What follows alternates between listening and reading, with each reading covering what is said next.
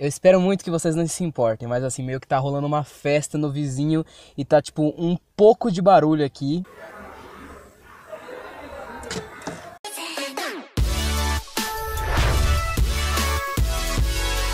Fala aí galera, beleza? Aqui é o Link, sejam bem-vindos a mais um vídeo. Hoje estou aqui para falar de mais um episódio de Fairy Tail. Holy fuck, galera, que episódio interessante, cara. Um episódio realmente depois de um grande núcleo, cara, como que a gente teve agora, né? Finalmente nós tivemos, digamos assim, uma pausinha, né? Começamos ali outros núcleos a serem desenvolvidos. Como eu falei, vou falar um pouco mais sobre eles hoje. Mas é claro, vamos começar falando do núcleo principal, Natsu versus Zeref. Como é que foi a conclusão ali da luta e o que eu achei dessa conclusão da luta mesmo. Primeiro, cara, já devo falar pra vocês que eu gostei mais da conclusão no mangá, justamente, gente, não por conta de animação, de trilha sonora, tudo isso tava muito boa, principalmente por conta de que nesse episódio não teve, digamos assim, nenhuma luta de verdade, pra ficar analisando cenas de luta, etc. Mas, cara, o traço tava mais bonito do mangá nessa parte, devo dizer pra vocês, mas depois de um núcleo que tivemos no episódio passado com tanta animação assim, já era previsível que esse episódio não ia estar toda aquela coisa de animação justamente, mas mesmo assim ainda tava ótimo justamente por conta das revelações, sabe? É um episódio muito importante pra obra de Fairy Tail mesmo, até por essa ser, digamos assim, no mangá pelo menos, cara,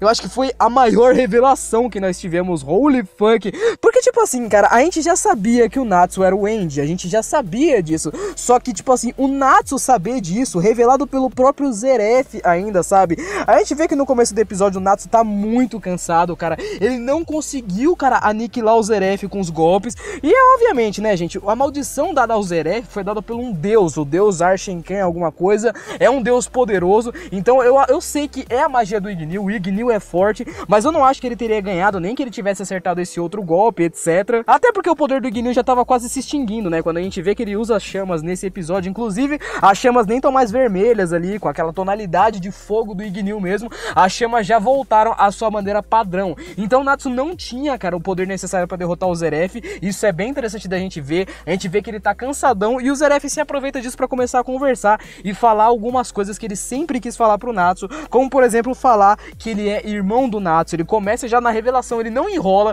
ele só solta na cara: eu sou o Zeref Dragonil, seu irmão mais velho. O Zeref manda essa tipo assim na lata, e o Zeref tem uma reação tipo mais ou menos igual o Luke, tá ligado? Quando o Darth Vader fala que é pai dele. Não! O que é bem compreensível, cara, porque o Zeref, mano, esse episódio o Zeref ele tava literalmente no estilo do Mashima, ele tava atacando, cara, a informação na cara do Natsu, ele começa a explicar mais ou menos tudo porque o Natsu começa a se negar, obviamente. O Natsu começa a falar que não tem como, porque o Yanji é quem criou a Tartarus, porque o Yanji é um demônio que o Ignil não conseguiu matar, e obviamente a gente vê o Zeref quebrando a explicação do Natsu uma por uma. O Zeref acaba por revelar, cara, tanta coisa interessante, como por exemplo que o Yanji não criou a Tartarus, foi o Mardigir que criou a Tartarus, mas ele falou que era desejo do Yanji, etc, porque ele encontrou por sorte o livro do Yanji, ou seja, não foi o Zeref que deu pra ele, e o Zeref não deixou o pessoal da Tartarus solto na realidade, foi o Mardigir, cara. Revelações tão interessantes. Não é que o Ignil não conseguiu matar o Yanji, é porque, teoricamente dizendo, o Yanji era filho dele, então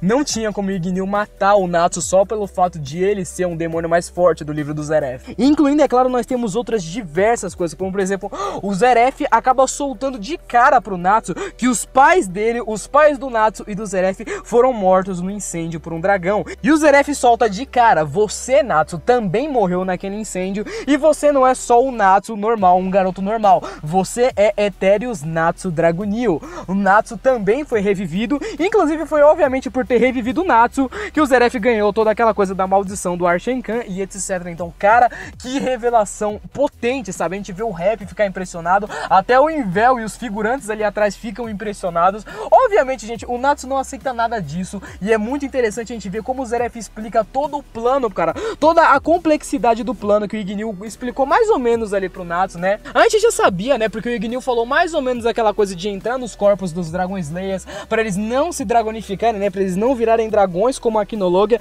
Isso era parte do plano que a gente já sabia, cara. Mas o plano completo, cara, criado pelo Zeref, mano, meu Deus, era algo muito maior. A gente vê que o Zeref usa o portal de eclipse, os dragões entram no corpo de pequenos Dragon Slayers que eles tinham como filhos realmente, justamente para passarem-se para uma época onde eles fossem mais fortes, onde eles pudessem ficar mais fortes com uma grande concentração de Eterano, justamente porque naquela época eles estavam mais fracos e muitos foram mortos pela Quinologia. Ou Ou seja, basicamente dizendo, cara, tudo isso aconteceu somente com um propósito do Zeref, do Yanzi, de tudo. Esse propósito era somente matar o Aquinologa, cara, pra vocês verem o nível de pressão que é o Aquinologa. E justamente agora os dragões estão mortos. Ignil, Metallicana, o dragão da Wendy, do Sting e do Rogue, que são as 5 crianças escolhidas, esses dragões estão mortos. Então já bate aquele desespero. A gente sabe que o Aquinologa tá indo na direção da guerra. E aí, quem vai parar o Aquinologa? Porque os dragões é que iam parar ele.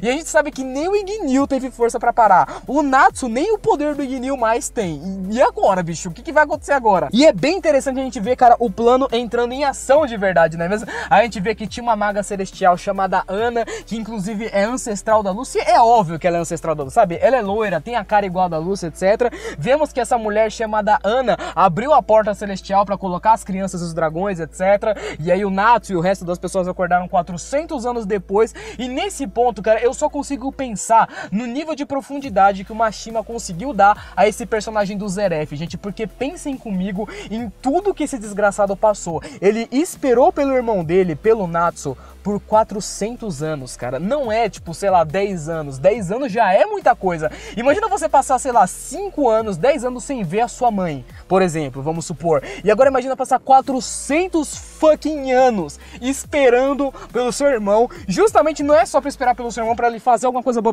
Não, é esperar pra ele te matar, porque você não morre. Assim como o Zeref falou, ele não pode morrer. Ele esperou esses 400 anos, viu diversas eras acabarem, perdeu o valor pela vida, não conseguia mais amar ninguém, participou de guerras, tirou diversas e diversas vidas, se tornou o Zeref, o Mago Negro, criou um império, conheceu o Mavis e a perdeu. Porra, mano, esse é o vilão mais complexo, velho. Mano, meu Deus, que vilão pica! Parabéns aí, Mashima. Nossa, parabéns, Mashima. Puta merda, mano. O Zeref tem uma história background foda! E, cara, é pesado, mano, porque a gente sabe que o Natsu não ia aceitar esse tipo de discursinho do Zeref do nada, né? O maior Mago Negro do nada falar que é irmão dele, que ele é um demônio do livro, etc. O Natsu não aceita de maneira nenhuma. Ele já fala, chega nessa baboseira, eu não sou o Andy. E é muito, cara, muito pesado, porque a gente vê que o Zeref tá com o livro ali na mão, o livro do Andy, ele solta um poder ali e ele fode o livro, cara. E na hora que ele estoura o livro, o Natsu sente também, sabe? Nesse momento, cara, eu pensei sobre o quanto o Natsu, ele era vulnerável, sabe? Porque, tipo, matando o Zeref, matava o Natsu já é uma coisa muito pesada. Inclusive o resto, cara, porque, tipo assim, além disso, o livro também é uma fraqueza do Natsu.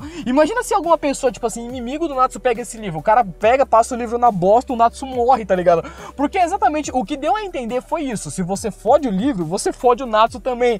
Justamente que a gente vê que o Zeref dá um tiro no livro, cara, o Natsu sente apontado no coração, ele não consegue nem levantar direito, cara, é pesado demais. A gente vê o próprio Zeref falar que ele sempre foi teimoso, assim, etc. E algum tempo depois, quando o Natsu realmente fica putaço mesmo, ele vai pra cima do Zeref e a gente vê que o fogo dele não tá mais com a tonalidade ali do Ignil, né, a tonalidade de vermelho foda do episódio passado. Então a gente já consegue prever ali que não, o Natsu não tá mais com o poder do Ignil, já tava acabando, mas ele ia tentar dar um último golpe, um golpe final pra aniquilar o Zeref. E essa cena, mano, é muito pesada, ó. O Natsu falando que já se decidiu que vai matar ele, mesmo que ele morra, e o Zeref falando, você é um demônio do livro do Zeref, se você me matar, você também morre. E é nesse momento que o Happy entra, cara, e o Happy entra pra poder impedir o amigo dele de morrer. Puta merda, essa cena, mano, essa cena do Happy chorando, ela é muito triste, meu Deus do céu. O Happy, mano, o Happy, além de tudo, o Happy ele ainda fode a Patinha. Mano, eu fui o único que ficou muito triste com o Happy, com a Patinha machucada no resto do episódio. Mano,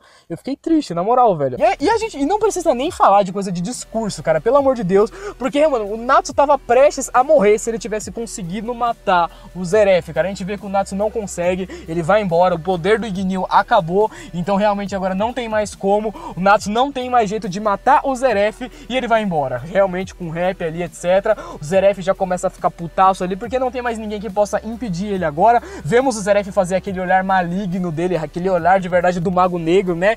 E vemos ele pedir roupas novas, algo mais digno de um imperador. A diva quer uma roupa nova agora, e agora parece que vai começar a treta de verdade. Temos mais uma ceninha ali do Natsu, etc. O que é bem bizarro, cara, porque a gente vê que o Natsu, ele tava tranquilo, ele tava bem falando com o Happy ali, ele pergunta se a patinha dele tava melhor, etc.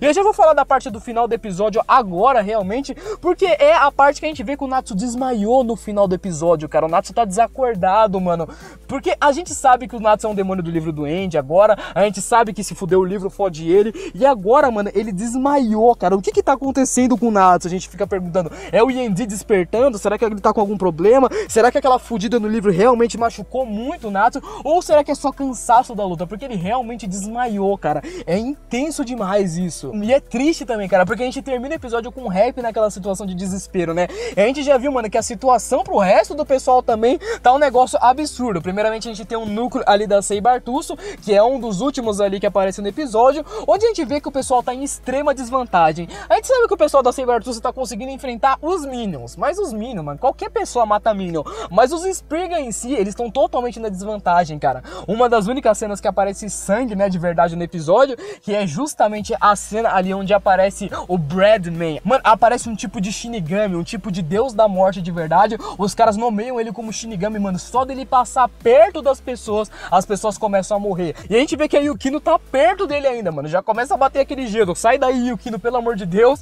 E a gente passa pro outro núcleo, que foi um pouquinho mais explorado, né? Que foi o núcleo do pessoal da Marmai do Rio e do pessoal da Lamia Scale, que também tava acontecendo muita coisa de verdade.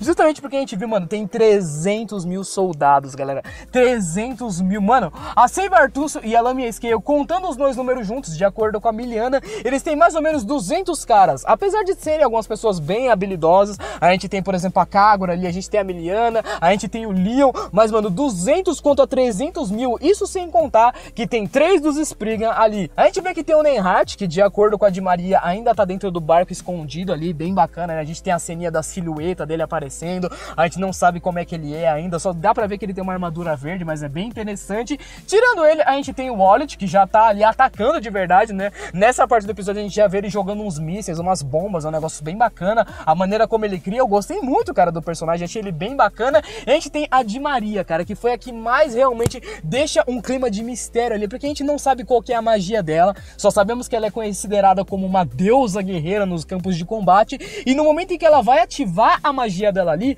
ela vai tentar pra enfrentar a Kagura, e a gente vê que a Kagura não conseguiu ver os golpes dela. Na hora que ela vai ativar a magia, a Kagura e todo mundo no campo de batalha sente uma puta pressão, pensando, meu Deus, o que é a magia dessa garota? E quando ela usa a magia, ela corta todas as roupas ali da Kagura, sem que a Kagura veja o que aconteceu. E a gente termina realmente nessa cena. Não sabemos o que vai acontecer com a Kagura no próximo episódio, mas é bizarro, cara, é ótimo a gente ver os Spriggan demonstrando bastante poder assim no começo. A gente ainda tem mais uns 2 núcleos, né, 2 núcleos na Fairy Tail, inclusive um deles é o núcleo do Marin, sei lá, metendo louco pra cima da Branch. Eu não acho que seja uma cena muito importante de verdade. A gente sabe que a Branch tava lá deitada, etc, ela tava realmente sequestrada ali na Fairy Tail, e a gente viu que o Marin entra pra poder salvar ela, mas ele fica loucaço e começa a enforcar ela do nada. Ele fala que decidiu que ela reprovou e etc, começa a meter o louco, só que sei lá, cara, não é uma cena tão importante. Na preview do próximo episódio já aparece que a Branch tá bem, então não tem nem que falar que, mano, não vai acontecer nada nessa cena, essa cena não vai dar em nada. Então vamos passar pra cena que realmente eu gostei muito, que foi a última que eu vou falar aqui no capítulo, por sinal, a cena do God Serena e dos outros 2 magos muito fortes dos Spriggan 12, que vai começar um combate entre eles e os magos santos, cara. Essa cena, mano, ela é pica. A gente vê os 4 magos santos ali enfileiradinhos numa pose, né? A gente já vê que um dos magos santos já acusa o God Serena, fala, você traidor, foi você que atacou Bosco. O que significa que antes deles chegarem ali, o God Serena, o August e o Jacob Lécio, eles atacaram o distrito de Bosco e pelo visto destruíram, cara, o distrito de Bosco sozinhos. E eles não estão com um arranhão, tá ligado? O nível de poder desses magos vai ser uma batalha fenomenal, tá ligado? E é interessantíssimo, cara, porque a gente tem ali no meio August, o rei da magia, o cara que a gente tá com alto hype pra poder ver realmente agindo. Nós temos Jacob Lécio, que só pelo fato dele ter o título de um dos Spriggan 12 já é um negócio pica. E temos God Serena, que é o mago mais forte em Ishigar, que veremos ele em ação no próximo episódio, episódio da teoria híbrida, que o nome, guardem esse nome, vai ser um negócio pica. E espero eu, pelo menos, que eles coloquem um pouco mais de luta que teve no mangá, que essa luta era meio rápida no mangá. Mas enfim, gente, espero que tenham gostado desse episódio, espero que tenham gostado do capítulo. Comentem o que você achou e quais as suas expectativas pro próximo episódio, beleza? Muito obrigado por ter assistido, um beijo, abraço, valeu, falou e até a próxima. Fui!